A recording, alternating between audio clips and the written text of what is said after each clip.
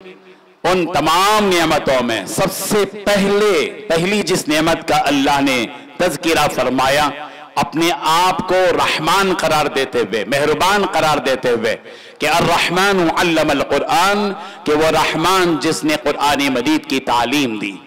कुरान मजीद से जो कोई जुड़ जाता है, अल्लाह तबारक व तआला उसके मकाम और उसके मर्तबे को बढ़ा देता है।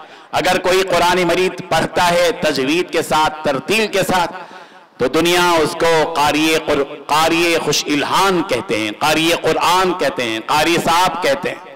अगर कोई कुरान मजीद की तफसीर करता है उसको मुफस्सिर कुरान कहते हैं। अगर कोई कुरान मजीद को दुनिया के चप्पे चप्पे में फैलाता है तो उसको मुबल्लिग दीन कहा जाता है, मुबल्लिग कुरान कहा जाता है। इसीलिए हम सब की कामयाबी इसी पर मौकूफ है कि हम जो दो बातें और दो चीजें अल्लाह तबारक व तआला ने अता की हैं, जो आसमानी हैं, आफाकी हैं, वो है एक तो कुरान मजीद जो अल्लाह तबारक व तआला की तमाम आसमानी किताबों में आखिरी किताब है, और दूसरे आखिरी पैगंबर नबी रहमत हजरत मोहम्मद मुस्तफ़ा सल्लल्लाहु अलैहि वसल्लम हैं। हम सबको चाहिए कि इन दोनों चीजों से अपनी निस्बत को मजबूत करें। रिवायती तौर पर, रस्मी तौर पर कुरान मजीद की अकीदत का इजहार कर देना यह काफी नहीं है। कुरान मजीद का हक यह है कि सबसे पहले तो उस पर ईमान लाया जाए। आमीनू, ईमान ले आओ जिस चीज को परवरदिगार ने नाजिल किया है, और फिर इसको पढ़ो भी तो ऐसे नहीं जैसे कि तुम आपस में बातें करते हो, बड़े एहतिमाम के साथ पढ़ो। तुम्हारा परवरदिगार जिस तरह पढ़ने को कहता है उसी तरह पढ़ो। वरत्तिलिल कुरान तरतीला, कुरान मजीद को तरतील के साथ पढ़ो, तजवीद के साथ पढ़ो, एहतिमाम के साथ पढ़ो, इस अंदाज और इस तसव्वुर के साथ पढ़ो कि तुम्हारे परवरदिगार से गोया तुम गुफ्तगू कर रहे हो। अल्लाह का ये कलाम है, इस कलाम को रब्बे ज़ुल जलाल के कलाम की हैसियत देकर पढ़ो और फिर उस पर अमल करो, और फिर उसी के साथ साथ इस पैगाम को फैलाओ।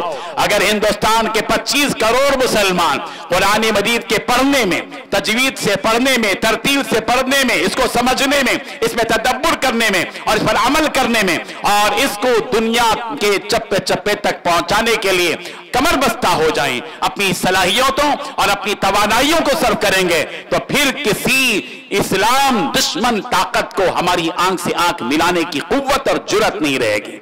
हमारी कमजोरी का ही नतीजा, हमारी कमजोरी इसी में है कि हमने अल्लाह की इस किताब को कोने में रख दिया, अकीदत समझकर उसको ऊपर रख दिया और मरने के बाद पढ़ने का दस्तूर बना लिया, जबकि ये किताब हिदायत है, जबकि ये किताब वो हमारी जिंदगी का दस्तूर है।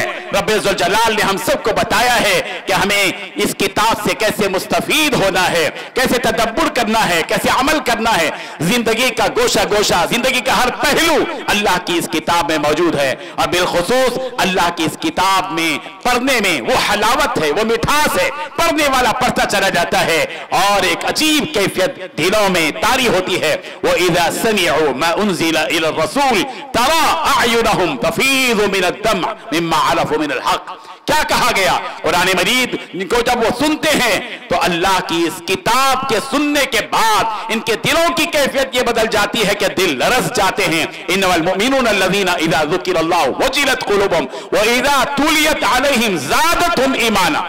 कुरान मजीद के पढ़ने के बाद ईमान में इजाफा हो जाए, कुरान मजीद के पढ़ने के बाद आंखों से आंसू बह जाए, यही हक है इस किताब का, जिसको कुरान मजीद फुरकान हमीद कहा जाता है। अल्लाह तबारक व तआला जज़ाए खैर दे तमाम मुंतज़िमीन को, तमाम कुर्राए किराम को, और उन तमाम को जिन्होंने इसमें ताउन किया। अल्लाह ताला भरपूर जज़ाए खैर अता फरमाए कि उन्होंने एक अजीम काम के लिए अपनी तवानाई, अपना माल और अपनी ताकत सर्व की है, और काबिल मुबारकबाद हैं। और ये काम और ये मुकाबिला यकीनन हमारे मुल्क के लिए लायक तकलीद है। मेरी दुआ है और मेरी नेक तमन्नाएं हैं कि अल्लाह तबारक व तआला इस इजलास को कामयाबी से हमकिनार फरमाए और इसको दूसरों के लिए नमूना बना दे। व आखिरु दावाना अनिल हम्दुलिल्लाहि रब्बिल आलमीन।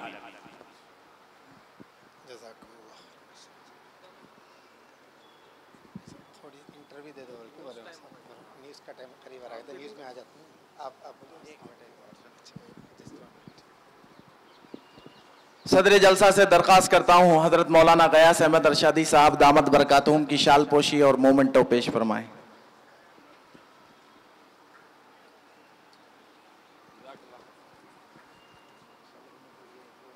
شال کی پوشی کے اصل حقدار آپ ہیں.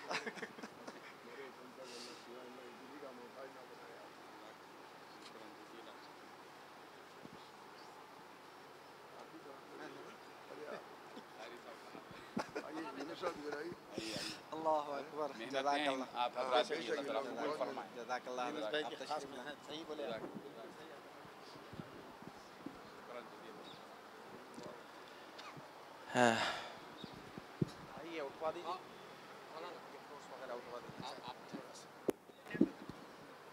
حفظ کے مساہمین تیار رہے، انشاءاللہ نمبر پکارے جائیں گے.